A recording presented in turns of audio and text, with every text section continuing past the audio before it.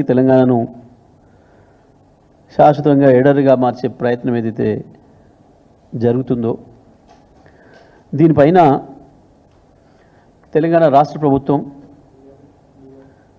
సరైన రీతిలో స్పందించడం లేదు. ఎంత పెద్ద ఎత్తున అయితే ప్రయత్నాలు జరగాలనో, ఎంత సీరియస్గా తీసుకోవాలనో, ఏ పద్ధతుల్లో దాన్ని ఆపడానికి ప్రయత్నం చేయాలనో, తెలంగాణలో ఉండే ప్రజల్ని పార్టీలని అన్ని ఐక్యం చేసి ఏకోన్ముఖంగా కొట్లాడాలనో ఆ పరిస్థితి ఇక్కడ జరగడం లేదు. నిన్న క్యాబినెట్లోనైనా దానిపైన సీరియస్గా చర్చ జరుగుతుందేమో, రాష్ట్ర ప్రభుత్వం దాన్ని ఆపడానికి తన ప్రయత్నాన్ని తీవ్రంగా చేస్తుందేమో అని చెప్పేసి మేము భావించినాం. కానీ ఆ వాతావరణం ఎక్కడ కూడా కనపడలేదు. రాష్ట్ర ప్రభుత్వం దాన్ని సీరియస్గా తీసుకున్నట్టు అనిపించడం లేదు. కానీ ఇది సరైన పద్ధతి కాదు, ఇది మంచిది కాదు, రాష్ట్ర ప్రయోజనాలకి చాలా తీవ్రమైన విఘాతం కలిగే అవకాశం ఉంది నీళ్ళ విషయంలో. ఎందుకనంటే కృష్ణ ఇప్పటికే ఖతమైపోయింది. ఆనాడు సమైక్య ఆంధ్రప్రదేశ్లో చేసిన తెలివి తక్కువతనం వల్ల కృష్ణ నీళ్ళ విషయంలో మనకు నష్టం జరిగింది. ఆనాడు సమైక్య ఆంధ్రప్రదేశ్కే కొంత నష్టం జరిగితే దాంట్లో తెలంగాణకి ఇంకా తీవ్రమైన అన్యాయం జరిగింది. ఆంధ్రప్రదేశ్కి వచ్చిన నీళ్ళను మొత్తం మాకే వచ్చినాయన్న పద్ధతుల్లో ఆంధ్ర ప్రాంత నాయకులు వాడుతుంటే కనీసం తెలంగాణలో ఉన్న వాళ్ళు ఎవరు కూడా సోయలేదు, మాట్లాడలేదు. ఆనాడున్న నాయకులు ఎవరు కూడా మాట్లాడలేదు. దాంతోనే తెలంగాణకు తీవ్రంగా నష్టం జరిగింది. ఎంత అంటే పూడ్చుకోలేనంత నష్టం జరిగింది. కానీ ఇవాళ గోదావరి విషయంలో కూడా మనం గోదావరితోనే సరి చేసుకుందాం, కృష్ణా పరివాహక ప్రాంతాన్ని కూడా దాన్ని వాడుకోవడానికి కావాల్సిన ఏర్పాట్లు చేసుకుందామని చెప్పి కేసీఆర్ గారు అనేక ప్రణాళికలు చేసిండ్రు. సాగర్ ఎడమకాలువకు సంబంధించి కూడా గోదావరి నీళ్ళని ఎట్లా తీసుకొచ్చి వాడవచ్చు అనే దానికి ప్రణాళికలు సిద్ధం చేసిండ్రు.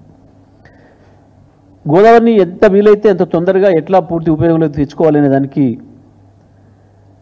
అనుమతులు తీసుకొచ్చిండ్రు, అనేకమైన ప్రణాళికలు చేసి అన్ని చేసిండ్రు. కానీ దురదృష్టవశాత్తు ఇవాళ రాష్ట్ర ప్రభుత్వానికి ఏమాత్రం పేను గుట్టినట్టు కూడా లేదు. ఎందుకో ఏదో మాట్లాడదాం, రాజకీయంగా ఇతరుల మీద నెపాన్ని నెడదాం అని ఒక ప్రయత్నం చేస్తున్నట్టు కనబడతా ఉంది. కానీ నేను రాజకీయ పార్టీలకు సంబంధించిన అన్ని తెలంగాణ రాజకీయ పార్టీల నాయకులు, కార్యకర్తలు, ప్రజలందరూ కూడా విజ్ఞప్తి చేస్తూ ఉన్నా, తెలంగాణ మేధావులు, ఉద్యమకారులు, తెలంగాణ మేలుగోరే ప్రతి ఒక్కరు కూడా మా విజ్ఞప్తి, ఇది రాజకీయాలతో కొట్టాడుకునే సందర్భం కాదు. అందరం కలిసి కట్టుగా ఒకే మాట మీద కొట్టాడాల్సిన సందర్భం ఇది. ఇది అంత గంభీరమైన సమస్య. దయచేసి ఎవరు కూడా దీంట్లో రాజకీయాలు వెతుక్కొని ఎవరి మీద ఎవరు నెపం వేసుకుందామా అన్న ప్రయత్నం చేయడం కాదు. అందరం కలిసి గోదావరిని కాపాడుకోవడం కొరకు ఏ ప్రయత్నాలు చేయాలో అవి చేయాల్సిన అవసరం ఉంది. ప్రత్యేకించి రాష్ట్ర ప్రభుత్వంగా చంద్రబాబును చర్చలకు పిలుద్దామనే మాట ఏదైతుందో దానికి మించిన దరిద్రపు కొట్ట ఆలోచన ఇంకొకటి ఉండదు. మనం చేయాల్సింది, మన రాష్ట్ర ప్రభుత్వం చేయాల్సింది వెంటనే అపెక్స్ కౌన్సిల్ మీటింగ్కు కాల్ఫర్ చేయమని చెప్పి డిమాండ్ చేయాలి మన ముఖ్యమంత్రి. అపెక్స్ కౌన్సిల్ సమావేశం వెంటనే ఏర్పాటు చేయండి,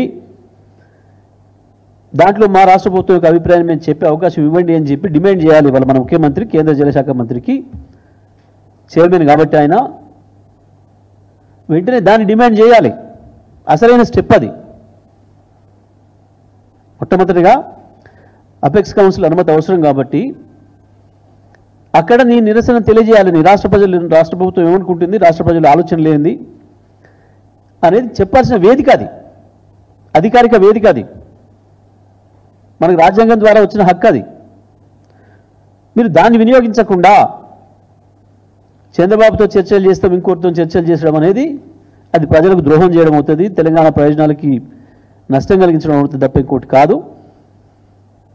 మేము స్పష్టంగా మేము విజ్ఞప్తి చేస్తా ఉన్నాం. వెంటనే ఫస్ట్ చేయాల్సిన పని అపెక్స్ కౌన్సిల్ సమావేశానికి డిమాండ్ చేయాలి, అక్కడ మన అభ్యంతరాన్ని తెలియజేయాలి. ఎట్టి పరిస్థితుల్లో తెలంగాణ ఒప్పుకోవడం లేదనే విషయాన్ని స్పష్టంగా చెప్పాల్సిన అవసరం ఉంది.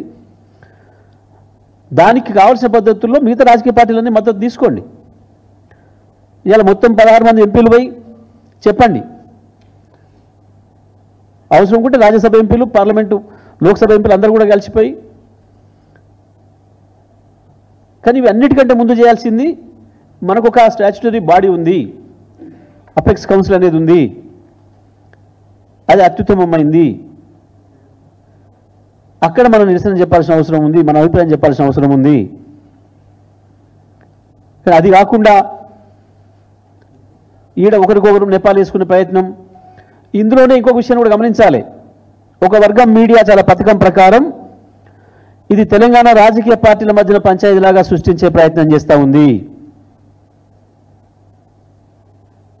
కేవలం తెలంగాణ రాజకీయ పార్టీల వాళ్ళని పిలిచేసి చర్చలు పెట్టి మీరేం చేసిరంటే అని చెప్పి అనిపించి దీన్ని పూర్తిగా పక్కదారి పట్టించి వాళ్ళు వేసుకపోవడానికి కావాల్సిన వాతావరణం కల్పించడానికి ప్రయత్నం చేస్తూ ఉంది. దీని విషయంలో కూడా అన్ని పార్టీల రాజకీయ నాయకులు జాగ్రత్తగా ఉండాల్సిన అవసరం ఉంది. ఇది మన పంచాయతీ కాదు, ఇది మన బజార్ పంచాయతీ కాదు, ఇది బతుకుదూరు పంచాయతీ. అదేదో బ్యాంకులో 10 రూపాయల నోటు ఆడబడేసి 10 రూపాయల కొరకు వర్గంగానే సుడికేసి వేసుకుపోయిన పద్ధతుల్లో ఇది కేవలం తెలంగాణలో కాంగ్రెస్, బీజేపీ, టీఆర్ఎస్ పంచాయతీలాగా, బీఆర్ఎస్ పంచాయతీలాగా సృష్టించి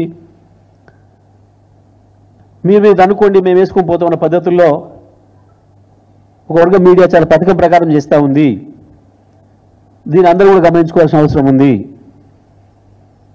ఇది తెలంగాణ వాదుల మధ్యన పంచాయతీ కాదు, తెలంగాణ పార్టీల మధ్యన పంచాయతీ కాదు.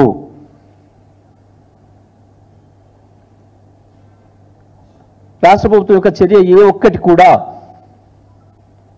సరైన పదంలో, సరైన మార్గంలో కనిపించడం లేదు. వాస్తవానికి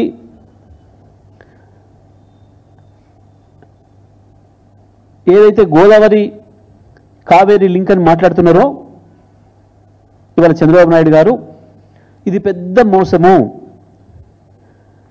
వాస్తవానికి ఎన్డబ్ల్యూడిఏ గతంలోనే ఏదైతే ఛత్తీస్గఢ్ ఒక 150 టీఎంసీల నీళ్లు వాడుకోవడం లేదో గోదావరిలో, ఈ నీళ్లను కావేరీకి తీసుకుపోతాం అని చెప్పి ప్రతిపాదన పెట్టిందో, ఆ తర్వాత ఛత్తీస్గఢ్ ప్రభుత్వం కూడా మేల్కొని వెంటనే మా 150 టీఎంసీలు మేము వాడుకుంటున్నాం, ఇగో మేము ఈ ప్రాజెక్టులు కడుతున్నామని చెప్పి ప్రతిపాదనలు పెట్టి చుక్క కూడా ఇక్కడ నీళ్లు లేవు, దీని మీద ఆధారపడి మీరు ఏదో గోదావరి